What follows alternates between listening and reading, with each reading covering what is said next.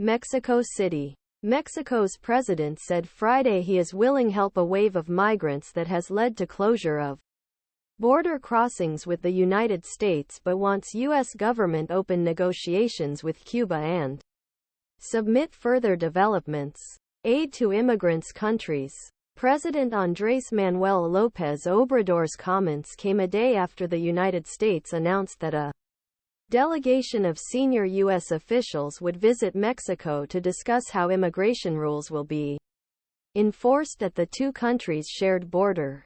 López Obrador confirmed he wants U.S. officials do more to block migrants at Mexico's southern border with Guatemala or make it harder cross Mexico by train, truck or bus, a policy known as mooting.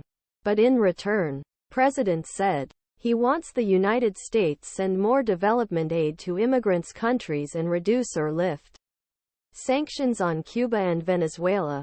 We will help as we always do, López Obrador said. Mexico is helping reach agreements with other countries. In this case Venezuela. We also want something to be done about the differences between the United States and Cuba, López Obrador said. We have already proposed to President Biden the initiation of a US-Cuba bilateral dialogue. This is what we will discuss. This is not just a bickering, he said at his daily morning press conference. Mexico is apparently offering to negotiate with Venezuela, whose people make up a large portion of the wave of migrants at the U.S. southwestern border. The surge led U.S. officials to move immigration officers away from two Texas border rail crossings that are vital to Mexico's economy. López Obrador has long opposed U.S. sanctions on Cuba, whose immigrants have also flocked to the U.S. border. And Mexico's president has long pressed the United States contribute to a tree planting program he supports for Central America and youth scholarship and apprenticeship programs, López Obrador said. Development aid would help address the need for residents to migrate.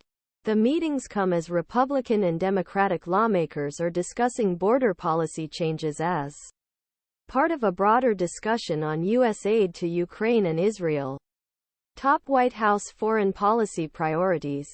Pressure on Mexico has increased following the closure of two railroad crossings in Texas earlier this week. U.S. officials said staff assigned to areas to help large numbers of immigrants cross the border illegally should be redeployed. Mexican businesses warned that the closures were hindering trade.